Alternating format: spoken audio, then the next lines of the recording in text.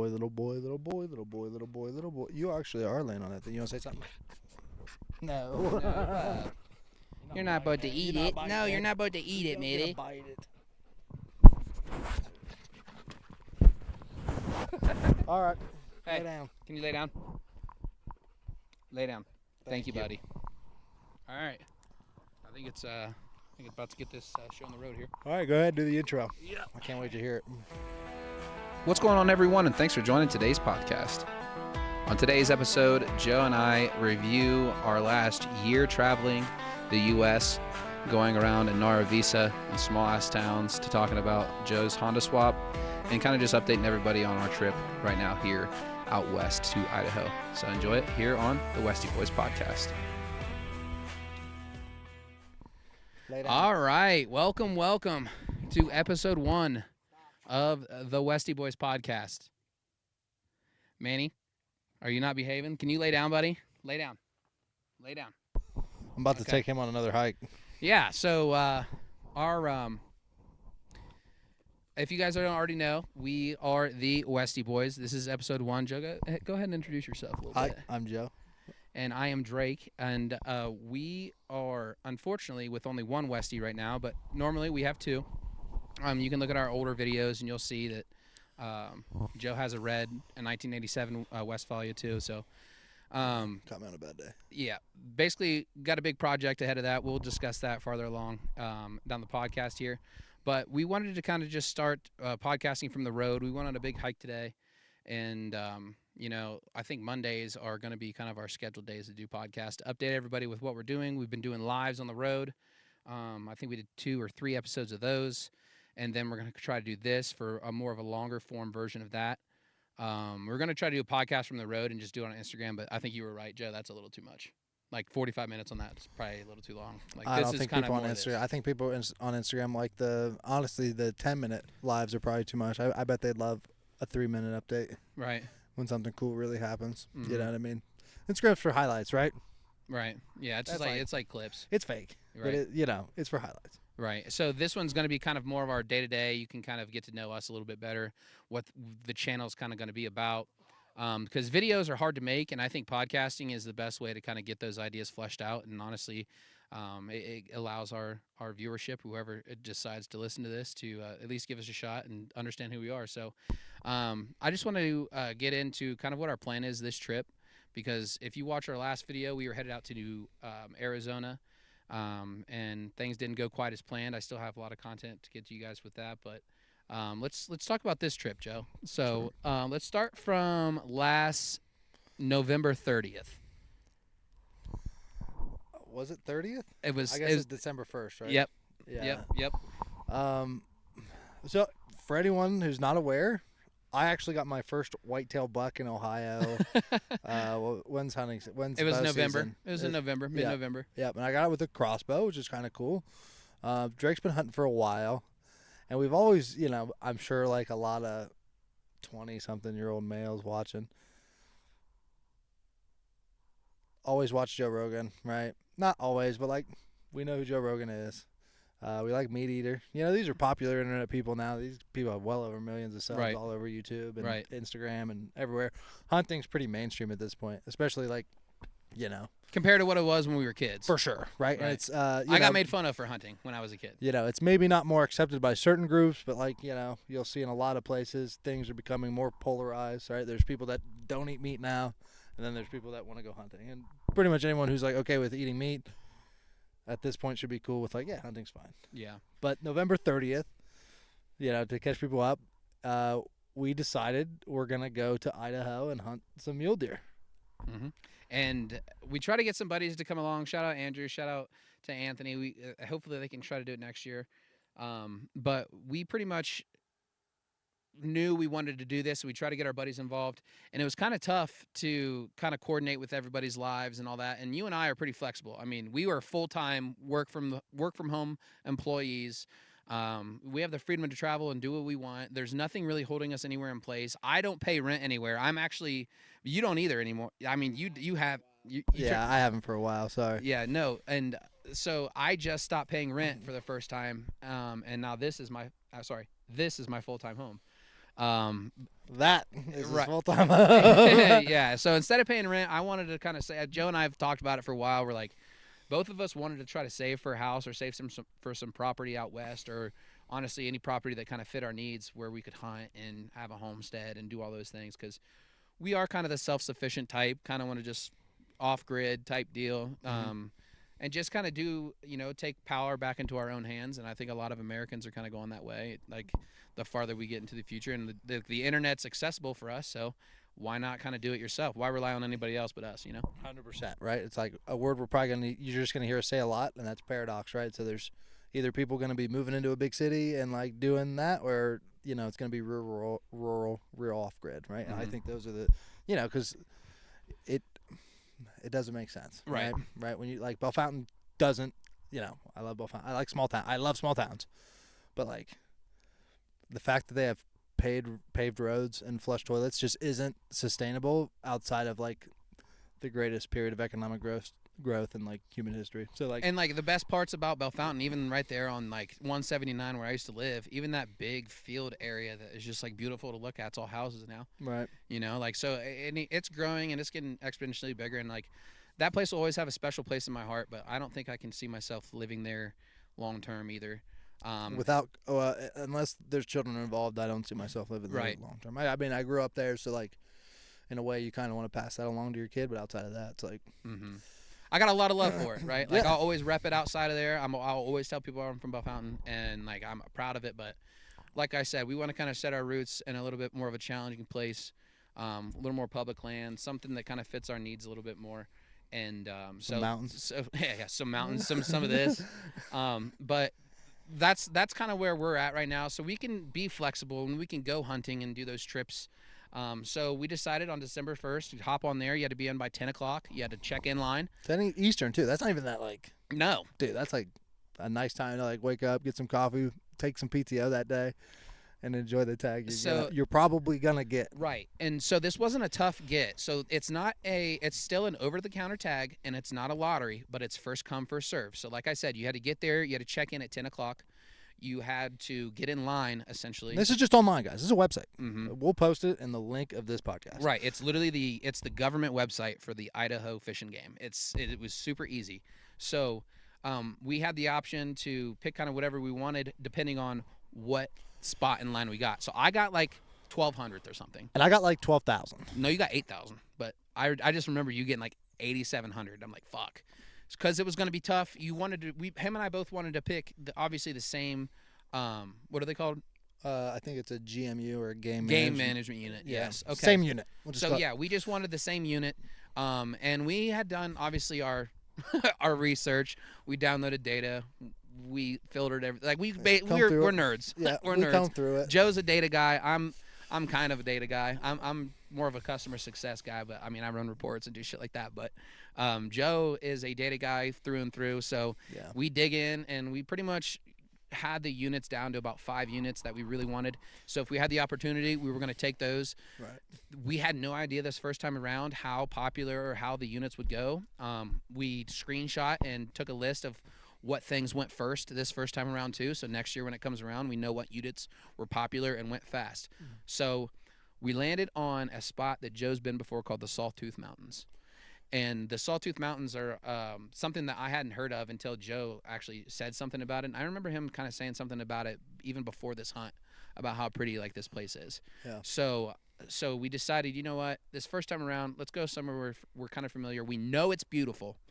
So regardless if we don't get a deer, we still had a great time, saw beautiful sights, did whatever. So we decided on unit, 43? Yep, 43. So luckily, I think I got mine real early, and there was still a ton of tags left in 43. We probably could have got a better unit if we would have known, how they went. That's why we kind of kept track of what they're going to be, from this year, so we can kind of do our research. If we get good numbers next year, we'll have a little bit more of an idea. But to be fair to us and to be honest, everybody, this is our first time ever hunting big game out west. Or hunting anything out west. Right. It's not, we're whitetail hunters. We're whitetail and turkey hunters. And for me, this is my first time hunting anything outside of Ohio. I've never hunted outside of Ohio. I don't know if you've gone to Kentucky. I've never hunted outside of Ohio either. So, this is our first time being an out-of-state hunt. So what was most important, I think, is that we got 2 tags in the same Right. unit, and so we made sure. And we had the option. We could have gotten elk tags too. Elk tags were Yeah. $900. These were around $600, maybe $650. Right. Elks were closer to 1,000. So we decided, you know what? Let's go do. I mean, we have an affinity for deer. I mean, like we said, I've hunted whitetail my whole life since I was 9 years old, and I just thought that mule deer would be kind of a cool chase. And and they said it's one of the harder things to hunt because you can't call it. Right. The elk you can hear, you can make calls, you can kind of track. There's like sign. And the places they live. I Mhm. mean, mule deer are range animals. They need wide open. They're not like whitetails. Whitetails can live off trash in your backyard. Mule deer are not like that. They get pushed out of a lot of areas because whitetails, you know what I mean. They need big open spaces. So you're hunting big, remote, wide open spots, and like that's what you see in the magazines. That's what you see on the YouTube videos. That's what you see. Yeah, so we had we had this opportunity, and we honestly, like you said, I didn't plan on being on the road, not paying rent, essentially homeless at this point last year. But I've always thought about it, and I've kind of always dreamed about basically just like doing the car thing and giving it a shot, and I'm living it right now. So it's kind of surreal because like there's a freedom about it that feels fake because you've always been in a spot or in an area, you've always been tied down, and I just have never felt this way, and I haven't even really, exposed myself to like what van life really is. But like, it's cool to say I am a full time van lifer. You know what I mean? Right now, currently. Yeah, it's been like 4 days, but you're you're I full am. time, man. Right. Right. And I know we have some plans to go back home after this, so it's Yep. not like we'll never go back to Yeah, Ohio like again. I'm gonna go back and I'll probably stay with some family members until the holidays are over, Sure. and see my people and do my thing. But then after, we're snowbirds. We go out west in the Yep, wintertime. Maybe yep. we go south a little bit this time too to see Hazy. Like we could do that in the beginning and go see Yeah, him. I know Florida does not love van lifers, but Right. yeah. I mean, regardless, I'm saying we could go down and visit and take Where's the he southern live route. though? Tampa. It's like top of Florida. It's the top though. It's like top. It's like top west. Is it in the like frying pan thing or is it? Oh, like, is your Panhandle? Yeah, No. is no. Okay. No, it's not right. I guess there, I don't know where Tampa It's like Bay Clear. is. It's like Clearwater area. If you don't know. If you Okay, know as that long stuff. as it's not down south. I was gonna say if he's in Miami, I'm like, No. that's so much driving. Right. But anyway, yeah. So back to the hunting thing. We are right now currently on our way out to do that. So we are in South Dakota. We just stopped in Wall and saw the Badlands and Wall, South Dakota. And we are currently in the hills of the Black Hills in South Dakota. So Yeah. it's pretty cool. I mean, you see all the trees. It's Yeah, and fucking if you guys don't badass. know what the Black Hills is, Mount Rushmore, right? Mhm. Like those are like Sturgis. That's like popular because sometimes the Black Hills are kind of a little obscure to say. Right, but if you Google, the reason why I do that too is because like if you Google the Black Hills, you're gonna be like, oh shit, that's sick. Yeah, You know? yeah.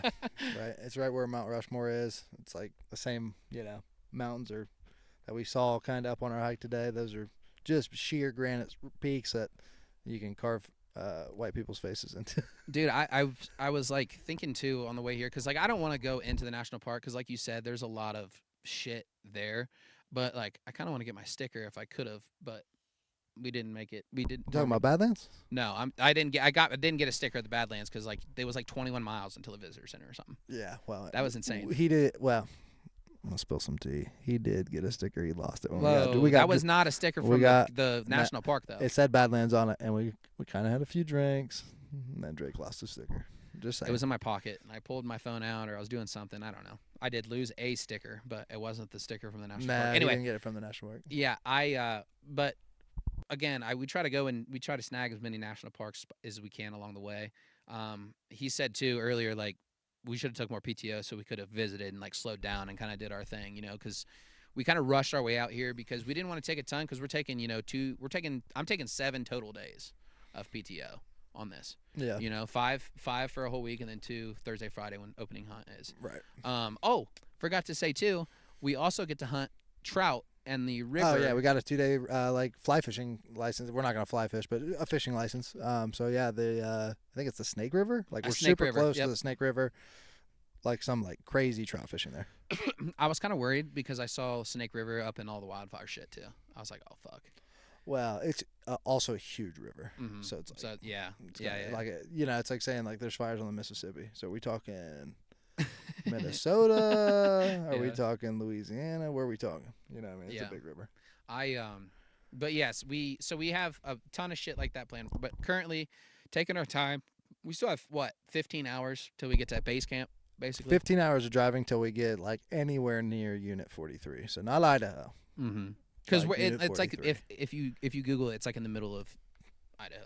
It's like west central. What did you say? Yeah, I'd say it's like relative. So it's like, what would you say? How far from Boise? It's like 2 hours. I know it's yep, 2 hours if from Boise. Boise It's is from the airport. If Boise's the center of the clock, they're probably 330. Mm-hmm. 330, couple hundred miles Right. from Boise. Maybe less than a couple hundred. Maybe about 150 miles. And we low-key did that because it would have been easy to fly our people in too. Yeah. It was like part of the plan. not like because Idaho's got some real remote places. I mean, that's like Ruby Ridge type stuff. You know what I mean? There's some people out there. So we were trying to get a unit that fit a bunch of criteria. Next year, I think we'll prioritize a few if we get our tag number. Drake could have got any unit. He could have got any unit for he could have got any unit for elk essentially. Outside maybe I don't think any were sold out. Maybe by the time top I went, right. Pretty much. So, I think maybe the like very private 45 or whatever the one is. Sure. That's like hard, but other than that, yeah, it was good. But let's kind of scoot over because like yes, we're here in the Black Hills. You're caught up. It wasn't that exciting of a drive. The first day was horrible. We did 4 hours, pulled over because of wind. We did 16 hours the next day, and then we did like 6 or 7 hours the next day. So finally here, we've made it, and let's get into why you have your dad's bus, because I know that people are going to be wondering why Sarah's not with us, and go ahead and explain. At least start off from like Cibola, or sorry, the Gila, in New Mexico. The Gila or Narvisa? Yes. The Gila. Oh. Start at Narvisa. Yeah, sorry, I forgot about the Gila. Yeah, I forgot about Narvisa. Okay. Because the Gila was so shitty too. Wow. Yeah. Yeah. All right. Yeah, light it up, buddy. Okay. So get your drinks. Get your drinks ready, Vanagon guys. Anybody here on Van Cafe or sorry, Van Cafe, on Van Alert or on any of our stuff that we're kind of more active on? Go ahead and pour yourself a drink right now if you don't have one. Yeah. Because and pour some out for Sarah too.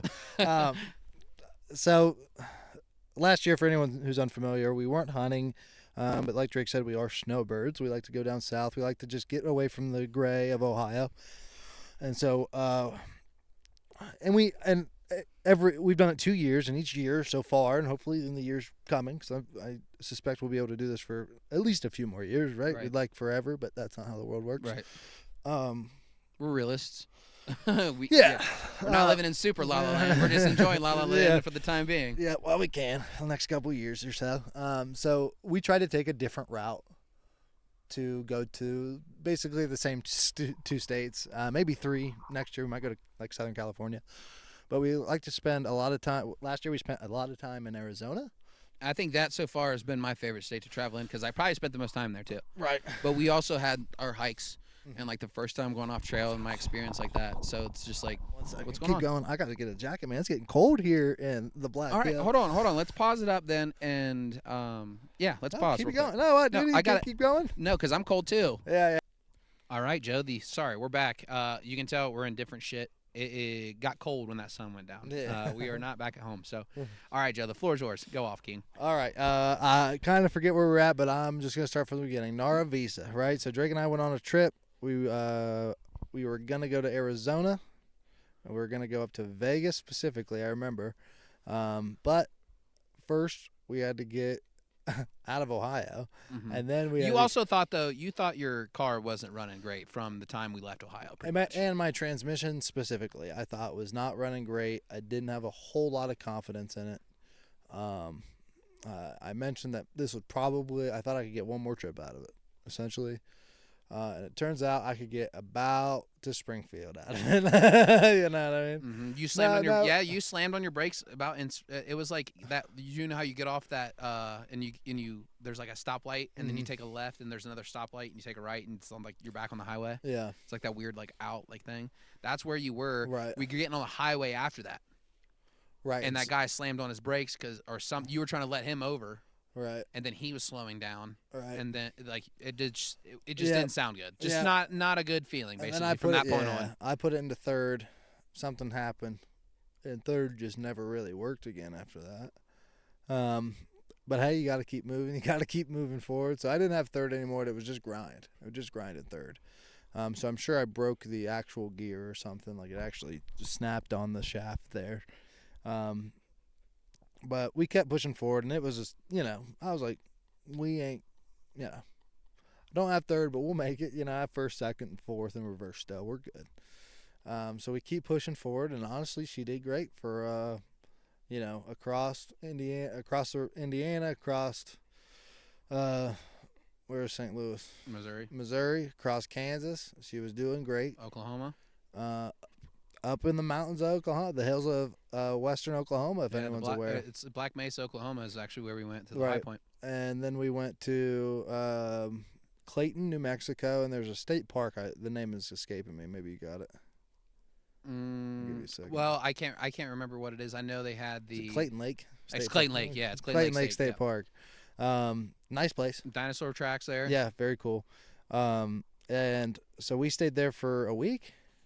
Yes, we stayed there for a week. We wanted to basically just give your car a rest because you knew your shit was not running right, and like you were testing shit too. You thought it might have been something with your computer or maybe something in your wiring harness that was fucked up because just didn't want to idle that great. Yeah. It was running a little rich.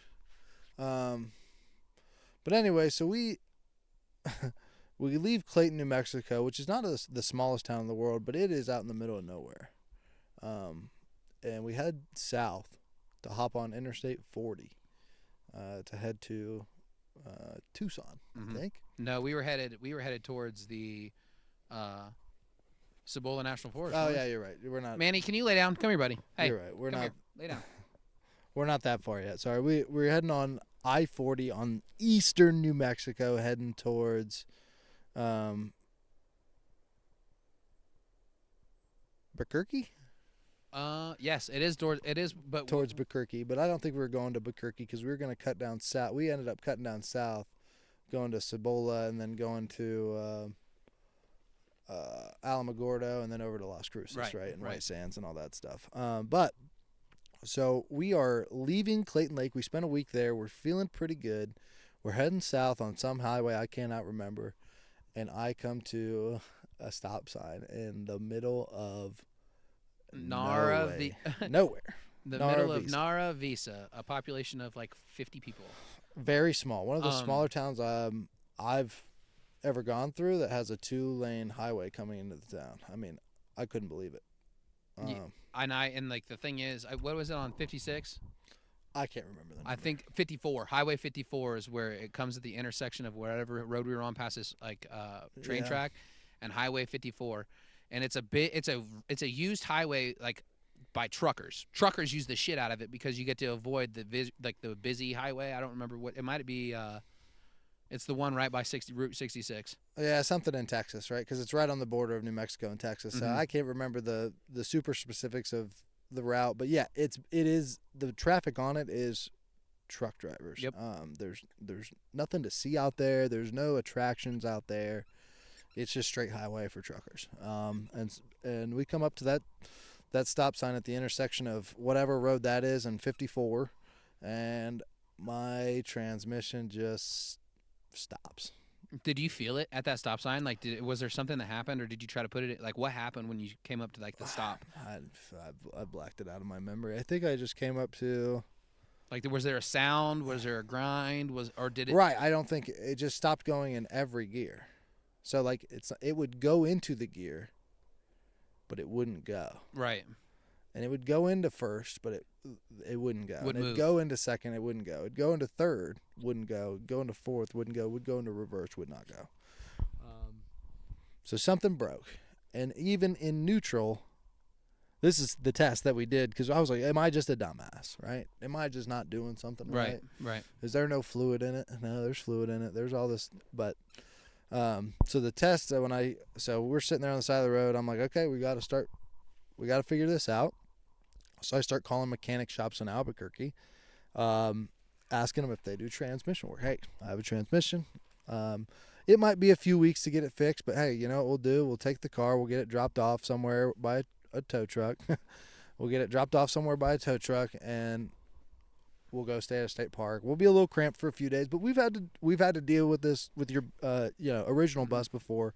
Things break. You got to pile into one car and make it work for a few days. That's honestly the advantage of having 2 cars. Right. Maybe a couple weeks, in the case of a transmission rebuild till you can, get parts from across. And so, yeah, I'm calling these shops. Well, dude, here's the thing, though. We had to sit there and take 20 minutes. We had to sit and take 20 minutes to just think after this because, like, obviously Joe's sad as fuck. Like, I've never stressed, had a major right? issue like that on the road. So he's super jammed up. And we don't know whether, and like obviously Joe's pretty handy, but he's never worked on transmissions or like done anything like that. So, Manny, can you please lay down again, buddy? Thank you, bud. I've dropped a lot of engines. I don't mess with transmissions a ton. The one transmission I did mess with, which is kind of the case for most things. The first time I messed with them, I did break it and was not able to fix it. But I did that with my first computer too. Yeah, that's a common trend. Manny, come on, bub. I did that with my first Vanagon too. We'll talk about that story later. Yeah, that'll be probably another episode. But like I just remember sitting in my car. I actually took like a 5-minute like nap. I had to like sleep for a second because like I already knew what this motherfucker was about to do.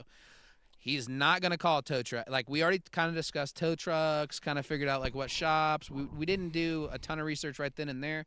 But, like, I could tell before I left my car, I knew what we were about to get ourselves into because, like, Joe's Joe. And the more you listen to this podcast, you'll understand that he's, one, not going to take no for an answer and very confident in his abilities, regardless if he knows what the fuck he's doing or not. So I walk over there, and I think he looks at me, and he goes, I think I'm dropping it. So first thing we do is go to Van Alert, right? You went to Van Alert, and you started calling shops. Right. So Van Alert kind of saved our ass here. Shout out Van Alert. We love Van Alert a ton of times. Van Alert's a great app for any Vanagon owners, or maybe just like decent van owners too. But don't tell them I said that. But that it's a very, very helpful community, good people. So yeah, I'm calling shops and I get a hold of a guy, our guardian angel in Albuquerque. Well, you called a shop. Right. They did call answered. a shop, and I asked if they did transmission work, and there was a very nice lady that answered, and she said, no, we don't. But I know a guy in Albuquerque who might have a transmission. Let me get you his number. And I was like, cool.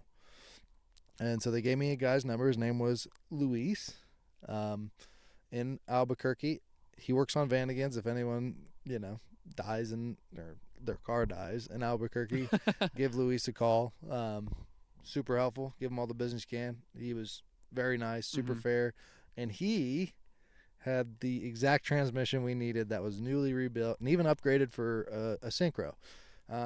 But it was expensive. But the thing is, you planned for it. You knew it was going to happen. You know what I mean? You have a good job, luckily. Yep. And you were in a position where you could make that quick decision and you put yourself in a position where you could save your own ass. Yep. So, we made the trek. We said, fuck it. He was all the way over in Albuquerque. That was what, 5 hours there, 5 hours back, or maybe even longer. Right. 6 hours there, 6 hours back. I think it was 6 hours there, 6 hours back. And we did it in one day. So it was like, I think 2:00 in the afternoon, and Joe dropped the transmission in 45 minutes.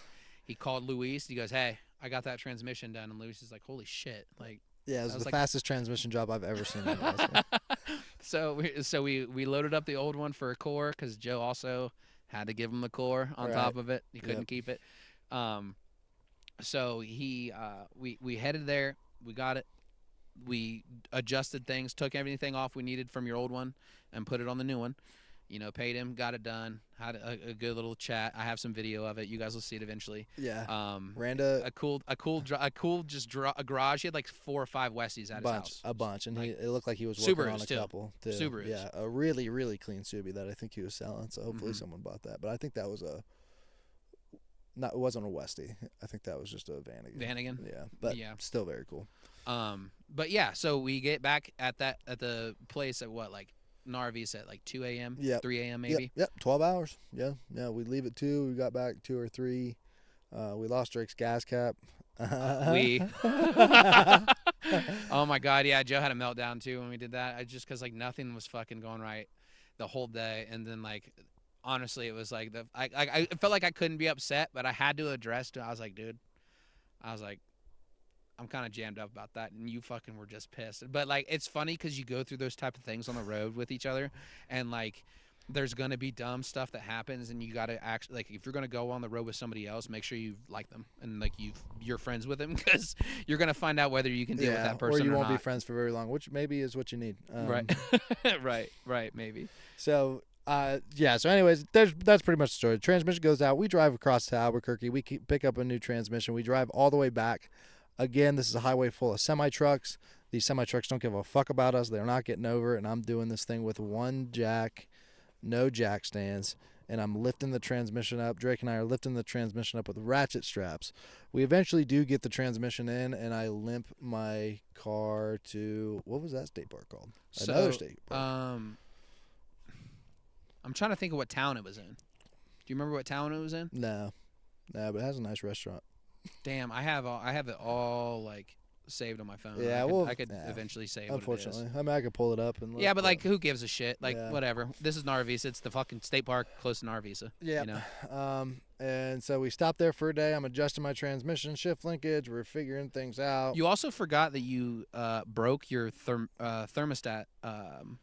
Oh, I broke my. It's called a coolant tower. Yeah, that's coolant what it distribution tower in a Vanagon. If you guys have a 2.1, you'll know what I'm talking about.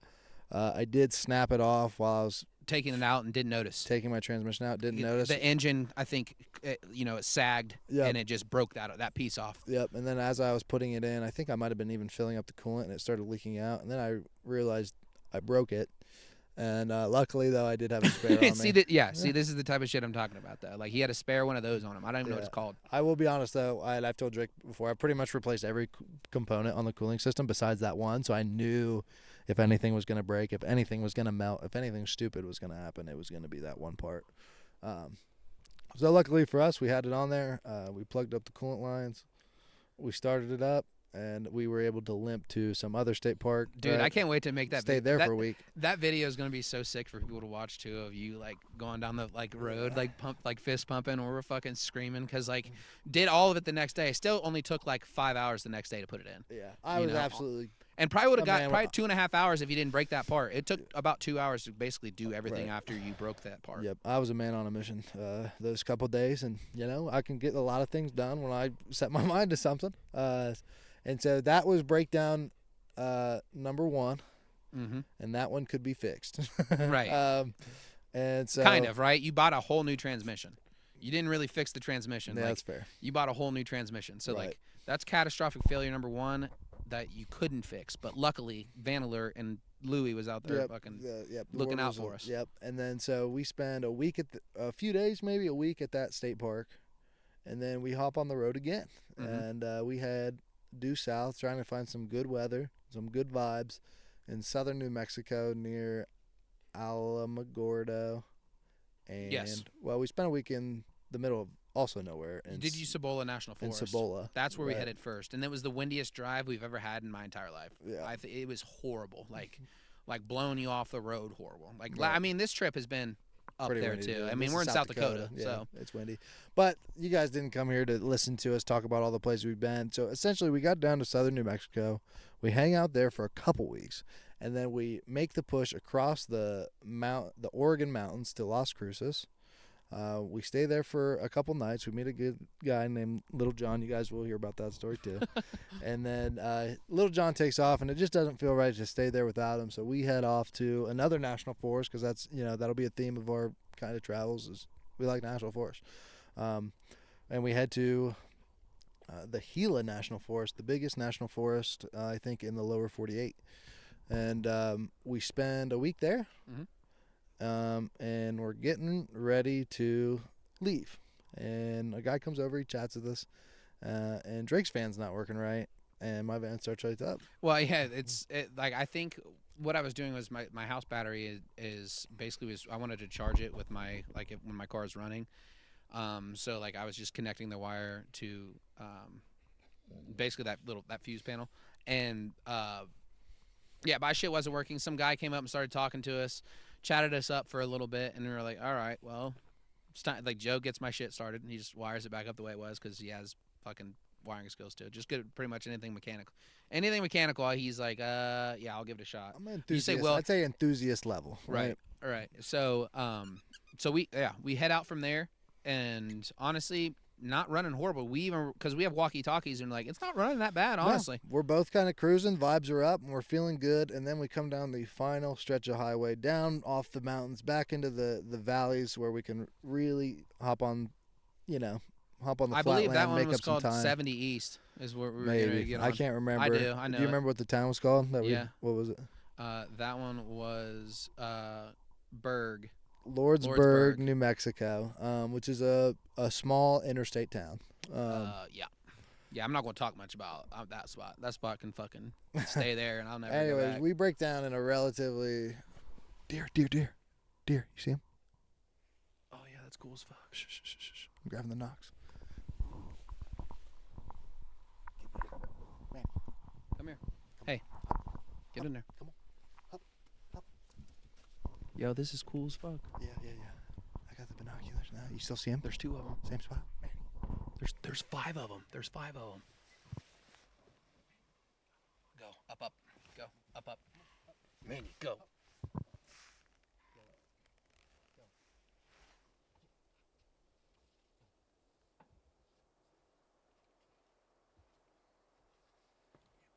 Damn, bro. No, there's one right there. See him? Sorry, guys. We'll get back to it. There's fucking 6 deer over here. Are those white? Is it a whitetail? Looks like a whitetail to me. It's moving like a whitetail. Yep, they're gone. See this? See its ass? Yep. The one looked really dark. Yeah, there was one yearling for sure. See the one right there? See him crossing the road right now? There's another one. 1, 2, 3, 4. Nice, guys. Pretty cool. Joe, you were like, oh my God, look, a deer. There's another one right here. Look how close that one is. See right here by this tree? There's 2 of them. The pine tree. Straight in between these other ones. There's another one. Dude, there's probably 10 deer over there. Crossing the road right now. Check, see if there's a buck. Yeah. I think that one might be a buck that's sitting by. He's acting real weird standing behind that tree. Let's look at him. 1, 2, 3, 4, 5. There's 5 right there. I see all those. Okay. There's still one more behind the tree, I think. I just watched like 3 or 4 cross. Okay. They're all kind of going down that ditch. Yeah. Pretty cool though, man. Yeah, Good stuff. Yeah, we love that. You're on. You're good. Cool. I'll keep Wow. these out for us. Wow, good stuff. Is he up in the bus? Good boy, buddy. Good boy. Took him a second. Come here. He just had to act right. Lay down. Thank you. He went, whoo. Anyway, so we get to Lordsburg, and we turn on to 70 East, or sorry, 70 West. Yeah, so we come down from the mountains. We're getting onto this, basically a very small highway onto a little bit smaller of a, or I guess a little bit bigger of a highway. And my car comes to a stop sign, and it makes horrible noises. I think I stop, I go, and like, it sounds horrible. We thought maybe his exhaust was loose. Like it sounded like it was like something was flapping. And it was. Should I just tell him what happened? Yeah. Turns out I snapped my crankshaft. So luckily I didn't have like a rod go through the block or anything like that. But I literally snapped my crankshaft in half. I don't know how to say it. It's like those videos you see from guys in Pakistan. You Right. know what I mean? It's like just snapped your crankshaft in half. Mm-hmm. And whatever. Dude, it happened. I limped onto the highway. We pulled off right there, and I'd turn it on, and I'd fucking have to shut it right back off because I knew something was absolutely fucked up. I was like, I'm breaking something. And we get a free tow into To Lordsburg. We That was like pulling fucking teeth. Right. We tried to go to Arizona, whatever. Then we canceled on someone last minute because, and I feel bad for them because we did cancel. They were supposed to be there in like 20 minutes. We're like, all right, we're done. Right. Whatever.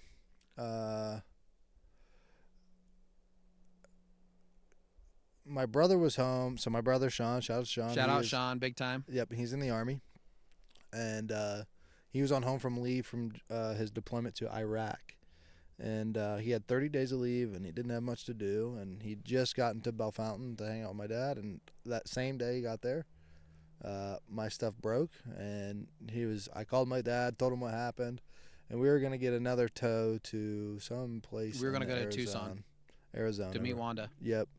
So we're going to get it towed to Tucson. Fix the engine in Tucson. Yep. At Wanda's. Yep. And I think there was even a mechanic there that we had chatted with. Right. Well, we could do it in his parking lot, basically. And so, instead of doing that, Sean said, "Why don't I just come pick you up? I got my truck. I'll drive out there. I'll pick up a trailer in." I think he was in El Paso. And I'll come pick you guys out. I'll come pick you guys up out in western New Mexico. Drake and I are both over it at this point. This gives Drake an opportunity to go back home and fucking leave the mechanical issues behind. And so Drake's all about it, and I'm fucking over it. Mm-hmm. I'm not having a good time at that point. When it's running that bad though, it was not a fun time. Honestly. So I was just over it, and so I said, "Yep, come pick us up." I told my dad to give him his credit card and, just tell me what the bill is, and I'll Venmo you back when I get back. And so Sean hopped in his truck, got out there in record time. Literally in like a day and a half. Yeah. It was like 2 days, like absolute record barely. time. Picked up the trailer. He got us and picked us up. We loaded up in Lordsburg and we left. And I don't know, 2 days later we were home. Right. When we stopped, Sean wanted to probably see more stuff than he did, and it kind of sucks that he didn't get to see that much, but he still got to see Carlsbad Caverns, which is like one of my favorite spots. Crazy spot. So like he got to see that, and we rushed home and we still stopped and saw National Park. So that's why Joe now has a bigger project now, because obviously we don't want a bunch of problems on the road anymore, and I think we've both decided at some point, whenever my stuff ends up not being as reliable as it is right now, I think I'm going to do the same. But Joe's actually working on a big project right now, putting in an engine from the place where my dad worked for 30 years yeah. And a place kind of where we come from, and it's a Honda engine. He's putting a Honda engine in his stuff. Yeah, for all you car people, I'm doing a K swap. I'm putting a Honda Accord from a 2008 to 2012 into my van. So it's called a K24 Z3. Working with a bunch of companies. It's not me coming up with this. A few people on the internet have done it, and there's some companies making parts for them. And I'm just kind of putting all the pieces together. But nonetheless, yep. Still putting it in. And mostly to get rid of any reliability issues, power issues. Just make it modern. Bring it into 2024. And there are some things out there. People are starting to put these in there more. Jim from Bostic is somebody that's you've been working with, and K swapping is super popular for any car, engine, right? Any car, if it's a Miata, if it's any car, my bad. Right, if it's a a lot of people put them in older Hondas, so 90s Hondas, they put in maybe a K24A4, so like a 2005 Accord, but still K swapping stuff. Right, these K engines are bulletproof. They're known to be super reliable. So there's a tons of people doing these swaps. They even put them in like Lamborghinis and stuff, like weird kind of cars. So if you want a high revving engine for a lot of power for cheap, it's kind of the way to go. Well, and reliable. And like we said though too, there's your engine mounts it's a beta test right now. So sure. Like you're actually like it's not even really on the market right now for like everybody to put into their cars. So it's heavier than shit. That's the only thing I would say. Heavy duty as hell. It's big time skid plate on the bottom too. Compartments to unscrew so you can like work on your engine without actually taking your skid plate and everything off too. Like do oil changes at least. Right. But yeah, I think he did a great job. He tried to get it ready, on the way out, like on before. and like you said, it ran, it drove. You Yep. got it pretty much where it could drive if your suspension wasn't 40 years old and Sagging big sagging time and very bad. Yep. Bigger tires, probably extend the deck lid. Do big time, like literally probably the biggest project you can do on pretty much any car is do an engine swap. So yeah, I'd say so. So yeah, it's definitely up there. I mean, you're maybe- Frankenstein in the car. Right. You're making the fucking thing. It's Right. it's crazy to watch, and it was cool to see you like do all the wiring harness and everything, and kind of just figure it all out that quickly. And it's a big project you get to go back home and get back to. But like I'd say, probably the engine part is mostly done. I hope so. Tunings, you got some tuning stuff. You said. Yeah, we I got talked some about tuning stuff to do. I got some just cleanup to do. I think I might have a vacuum leak, or just some things I just need to clean up. That when you're rushing through an engine, essentially I rebuilt the engine and then attached it to a different transmission and then put that engine into a different car. And like this is into it, guys. I built the wiring harness myself. And you're a tech guy. You're literally. I'm an IT guy. guy. I am an IT. You are a guy. veteran too. Let's Yeah, not. Let's. yeah. Not. He's got some willpower. All right. He's a veteran. This too. is a brand new wiring harness. You know what I mean? We got some more deer over here. You see them? Mm-hmm. All right, guys. They're going that way to the right. Yep, I see him. Anyway, hey. Yeah, I'm gonna bring down the volume just so we can keep watching them. Yeah, let's wrap this. Let's wrap this up too. What time is it? We got about. It's about 53 minutes. Okay, So cool. that's it. We got a So lot. I'll just finish this up.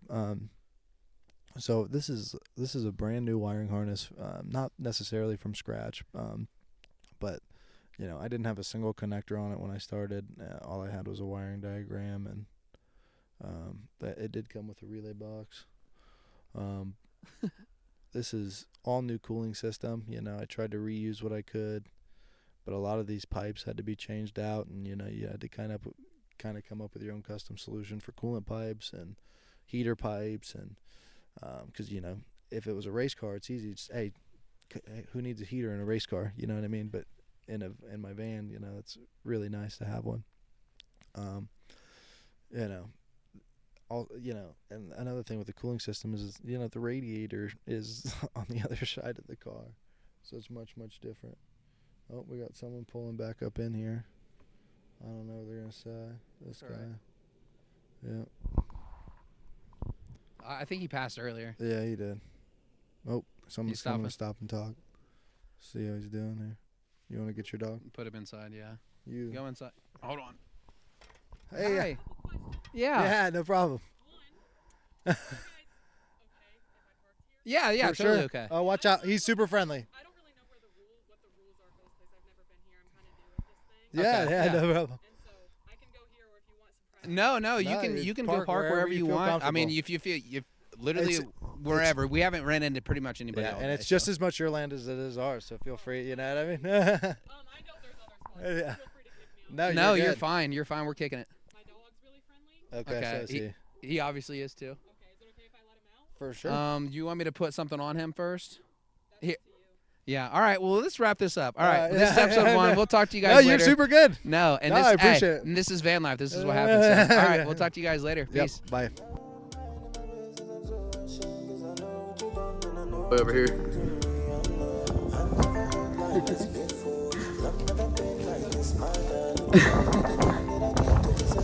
You gonna let off a shot, or what are we doing here? Shoot that way, like into the side of the mountain. So shoot like one of the curvy trees, maybe at the base. Yeah. Yeah. Yeah.